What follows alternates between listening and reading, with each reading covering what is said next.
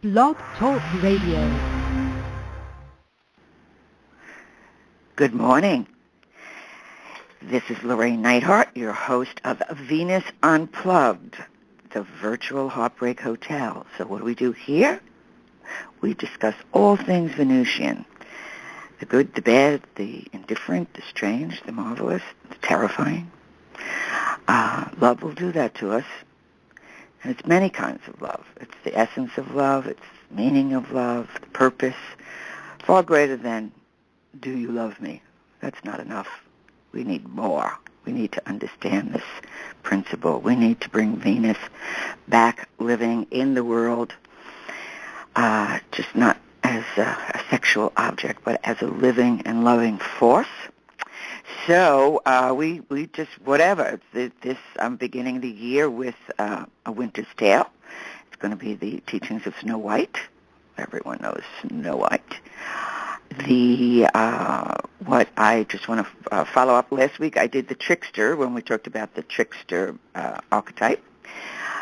And the trickster and the hero or heroine always go together. You know, wherever there's a great task or something is asked of us to be a hero, to go beyond our own strength, we're usually tricked into that.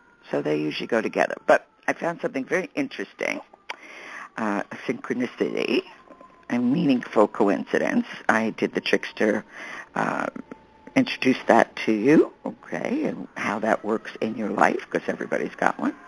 And then I was on Facebook, and I saw something about this Pope Francis, all these strange and marvelous things that he's doing, okay.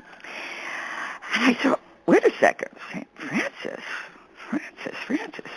So there are stories about the original St. Francis, not Pope Francis, okay, who was very much a trickster. They just didn't know what to do with this dude because he was just really interesting. He was on he had a whole other vision. And the way that what a trickster can do, it can constellate. It means it can connect things that just seem absolutely absurd, okay, and can just break through barriers by its absurdity, all right. And it certainly mocks, and it's innocent, it mocks its insincerity and all its laws and its rules. And, with this Pope Francis, when he's talking about, what's with the theology? The people need food. So he's going after them. And he's questioning, what's with the $20,000 robes and the marble floors? He's going out at night, just a priest, to see. So that's pretty profound, what this person is doing. All right. So just for a little storytelling, because I love all these little stories. So the original St. Francis, they didn't know what to do with his because his acts were always unexpected, and they never seemed appropriate. But he did them anyway. So there was this one story that was Francis as a young priest, and he was, it was very early in his religious life, and Francis, feeling called by a vision to repair God's house, sold some of the cloth which his father, a cloth merchant, had left with him. Francis took the money and gave it to the priest for the church with whom he had the vision. Okay, that's all seeming pretty cool, right?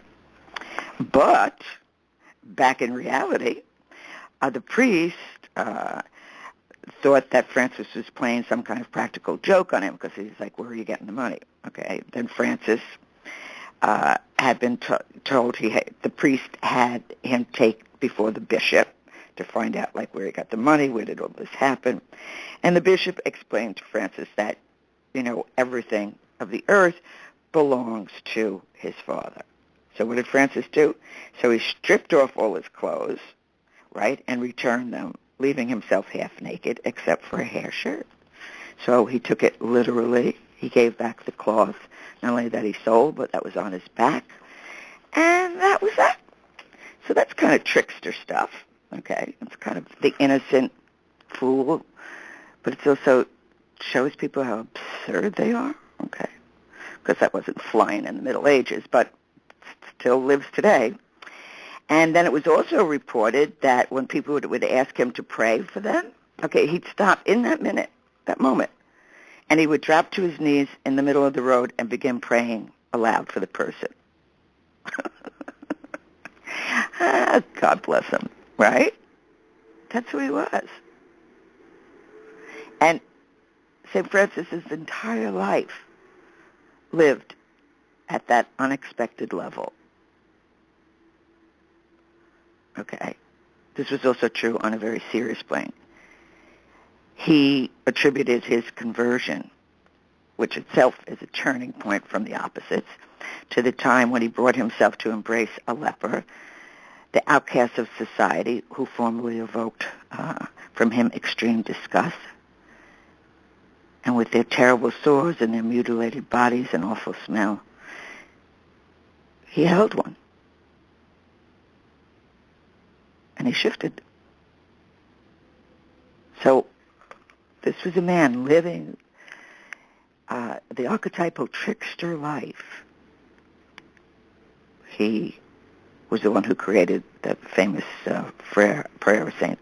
Francis, which of course is, the rhythm is all about oppositions. Where there is hatred, let them sow love, with the result spelled as well. If there was pardoning, then we are pardoned.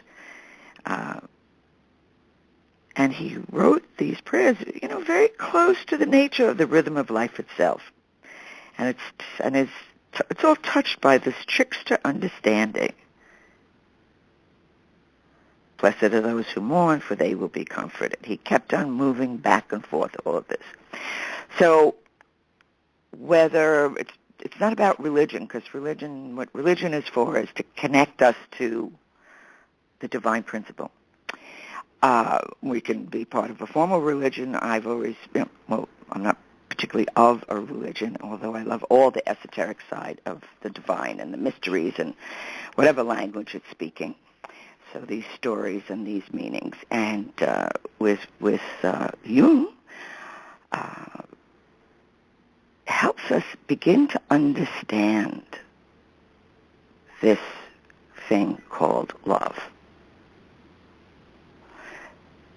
Some say that Eros, Aphrodite's son, or Venus's son, Eros, actually was born before these archetypes, before these Greek archetypes, or it was a living principle, and that Eros is the living principle that binds things together, that attracts things. And very often in relationships, we're shocked with who we're attracted to, or who has a hold on us.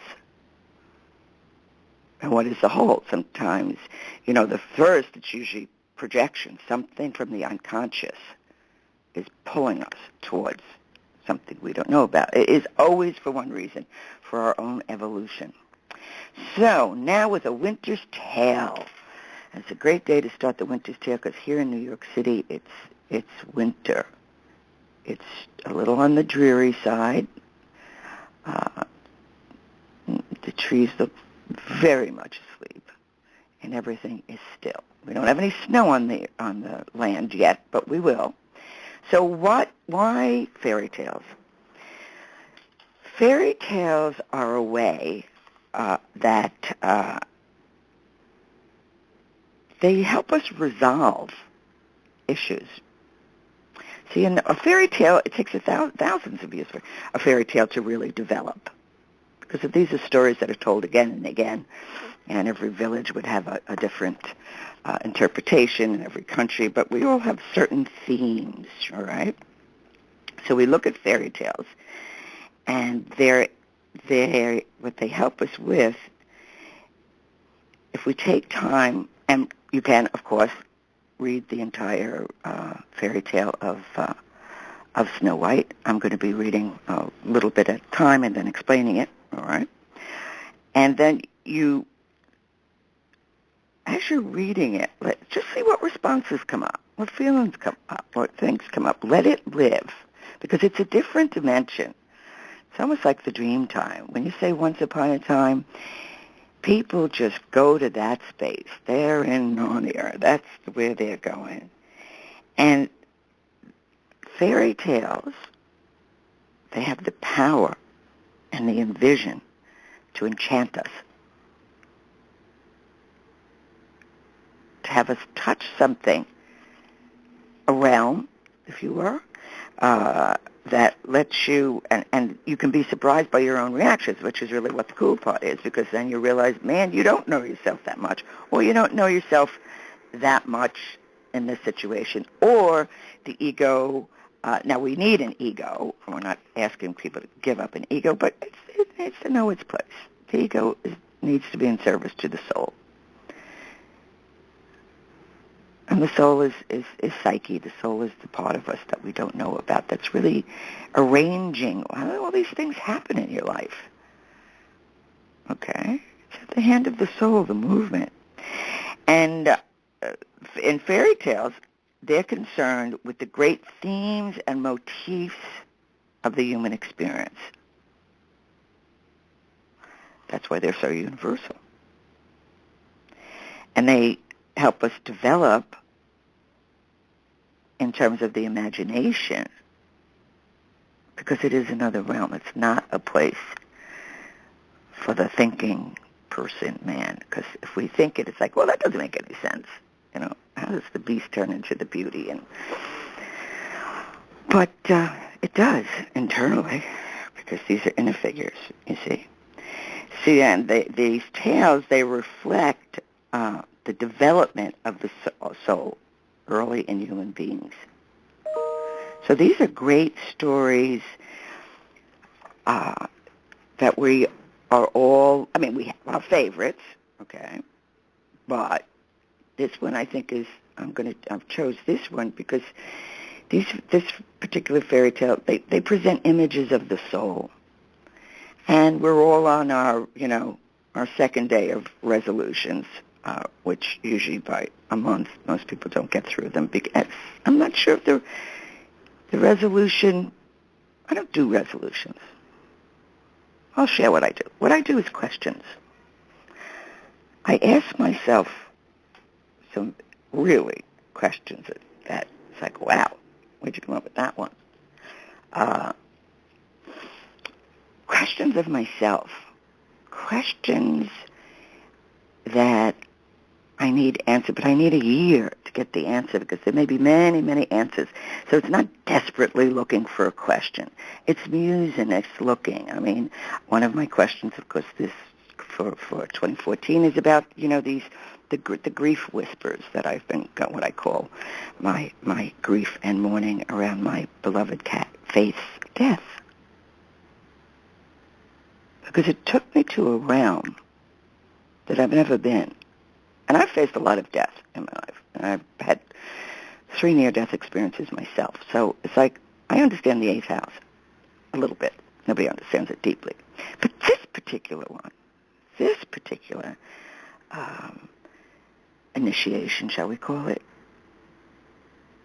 since I gave over to it completely, it was like, I didn't have a choice. I couldn't back off on this one.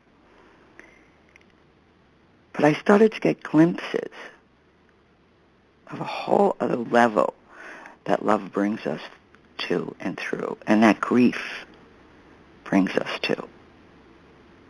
Because those tears and that suffering and that wounding, it opens the heart more if we let it happen. So if it was a fairy tale, and sometimes grief feels like you're in definitely a realm of the fairy, okay, of all these tears. But then something gets transformed. I can't say what it is yet because I'm still experiencing it. But I'm at the point when I can begin to ask the questions. Again, not a desperate ego question. I'm not trying to fix anything. I'm trying to hold and contain what my soul was exposed to, but I don't have any words for it. I don't have any reference point for it. It's before language. So That's one of my tasks for this year. So you may want to ask yourself some questions, all right? Something like, since it's Snow White and has to do with frozen feelings and stepmothers and dwarfs and all that stuff, okay? It's like, can your frozen feelings come to life again? Can that promise that you made, I'll never love again, or I'll never forgive that person, or whatever you froze, a talent? Will the talents, that you don't know that you have, come alive? They will if you let them. And that doesn't mean you're going to go take a course, because that can just freak you out. It's like, let them first live in the realm of your imagination, all right? Or we begin to say, and don't wait to, when I retire, I'm going to take art classes or something. That's nonsense. Because if you're not doing it now, you're not going to do it when you retire. Maybe you'll do it a little bit, but you could be having fun with just some crayons right now.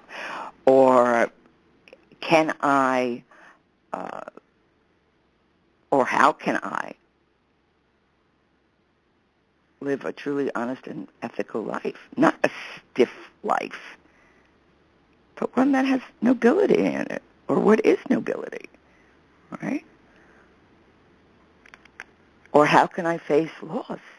There are so many questions that are truly noble questions, not self-serving. And this is what fairy tales, in particular this one of Snow White, presents for us. Can I regain my lost life? And very often we don't even know we've lost some aspect from life, other than we're just always on the verge of an angst or some great discontent. We try all sorts of things to appease that discontent, but we don't ask the question. We think, well, I'll go do this, or I'll shop for that, or I'll buy this, or I'll get a new love, or all of those things. But the real question is, what is this discontent? What is this about? Happiness is an ebb and a flow. It needs to be that way, because that's the journey of life. But this divine discontent, see the thing that you do compulsively, or the thing you overdo, or the thing you can't stop doing, and instead of just going like, okay, I'm going to stop that, ask it, what's its purpose? What is it trying to lead you to? It's trying to lead you to your wholeness. But if we just compulsively act out something and don't ask the questions or judge it, you're not going to get anything out of that fairy tale. Then that just becomes character assassination. So the reason we're talking about fairy tales, and I'm choosing this one, is because 2013, as we all know, was a doozy. I mean, I don't know one person who did not face death. If not immediately, it was to their neighbor. It was right next door, or their best friend, or whatever. We were all involved in some type of huge sense of loss. And now 2014 is about the regain, or what was that loss about? Not intellectually. Because if we approach it with this kind of logic, we're not going to get any answers from the soul. That's not how the soul works. It's psyche's logic. That's where we get psychological from. It's the language of the soul, not of the mind and not of the ego. There's room for everything. So for those with the story of Snow White, we'll just start to read a little bit of this amazing story, which always starts with what? Once upon a time. In the middle of winter, snowflakes were falling like feathers from heaven. A queen was sitting at a window that had a frame of black ebony, and she was sewing. And as she sewed, and she looked up at the snow, she pricked her finger with the needle, and there 3 drops of blood fell in the snow. Because the red against the white, snow looked so beautiful, she thought to herself, if only I had a child whose skin was as white as snow, whose cheeks and lips were as red as blood, and whose hair was as black as the ebony wood of the window pane. Soon afterwards, she gave birth to a daughter whose skin was as white as snow, whose cheeks and lips were as red as blood, and whose hair was as black as ebony wood. And thus she was called Snow White. But then the child was born. The queen died. And then after a year, the king took another wife. She was a beautiful woman, but proud and arrogant, and she could not stand to let anyone exceed her in beauty. She had a marvelous mirror. Whenever she stepped before it and gazed at herself, she said, "Mirror, mirror, here I stand. Who's the fairest in the land?" And the mirror replied, "Queen, O queen, you are the fairest in all the land." Then she was satisfied, for she knew that the mirror told the truth. So that's how that begins. We begin a tale of a mother, a woman sewing, and I think it's fascinating, just the opposites of the red and the white, the fiery blood against the cold snow, the crystals of life. Every snowflake is different. The blood carries the DNA, everything that is going on. So we have all these opposites, all right? And so it starts with, once upon a time in the middle of winter, snowflakes were falling like feathers from heaven. An incredible image. So there we have the opposites, heaven and earth, angels and humans, red and white, mother-daughter, death, life. Just to name a few. We haven't even thrown in the talking mirror yet. And that's what happens in life. You know, something happens and it's like, whoa, what just took place? What just took place is the first thing that we need to ask, because that is what friendship is about. That is what theater is about. That's what art is about. We're always telling stories. We are a storytelling world. We need to tell the stories. But the first thing that we look for after we tell the story 10,000 times, what is the opposite that you're dealing with? What's really going on? Because that is what creates the tension. And then we have the good queen and the evil stepmother. The loving mother who dies and who steps in, but the evil stepmother who's in competition for beauty. I mean, Snow White hasn't even hit the age of reason yet, which is 7, and she's already got this karmic battle on her hands, all right? But, so when we look at how it starts, because this is how the story builds, all right? So it leads us to a central question. Can my numbed feelings come to life again?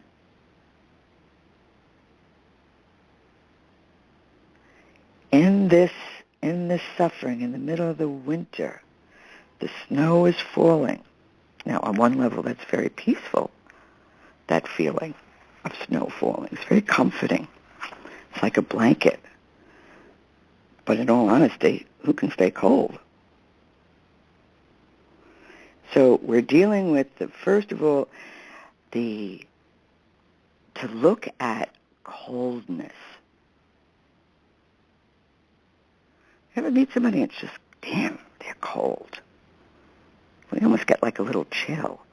Or we know they've got numb feelings. They don't feel anything. Maybe you can explain it. They even struggle, but they don't feel it. Or when someone gets mad at you, they give you the cold shoulder. Think of all the things about cold.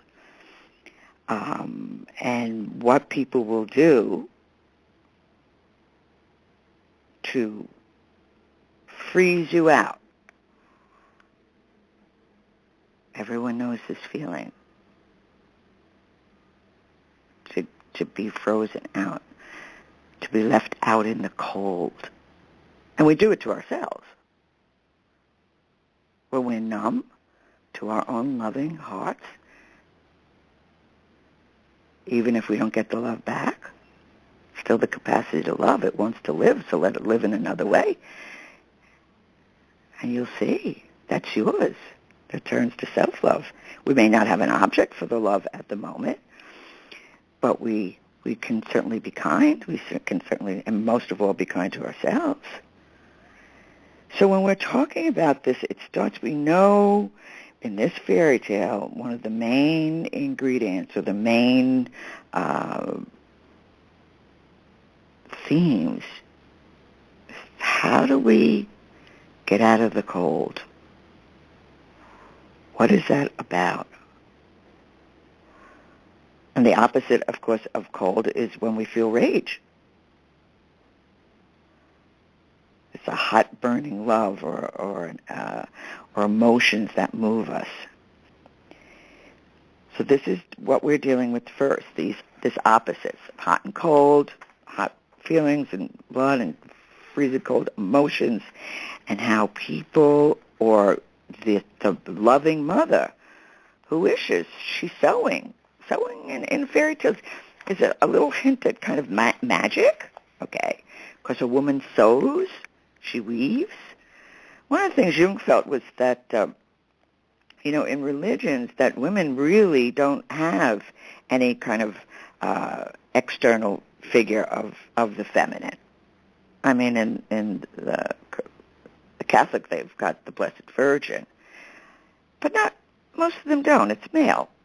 And so women can have a deep devotion to that, or they can see that as, an inner animus figure. But they like fairy tales better usually, or the stories, because we can have the sovereign queens, and we can be the suffering servant who transforms.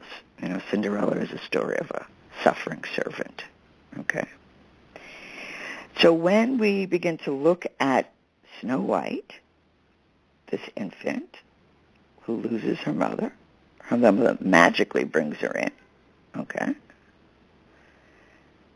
So, but we're beginning to look at the question is, how is Snow White, this infant, going to survive without a warm nest?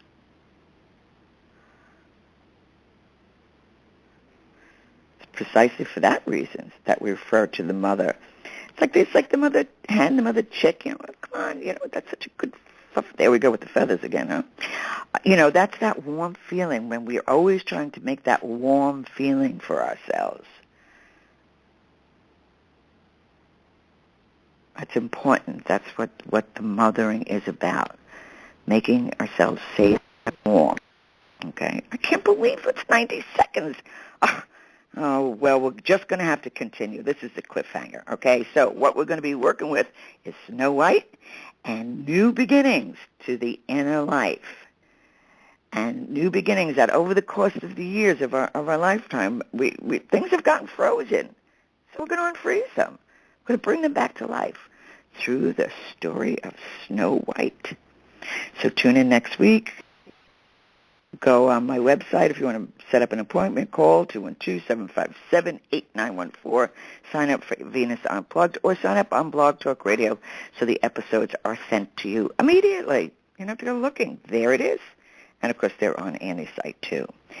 So, my darling Snow White, so just think about it. Try to read it. Or just think about, what's frozen that you would like to be unfrozen?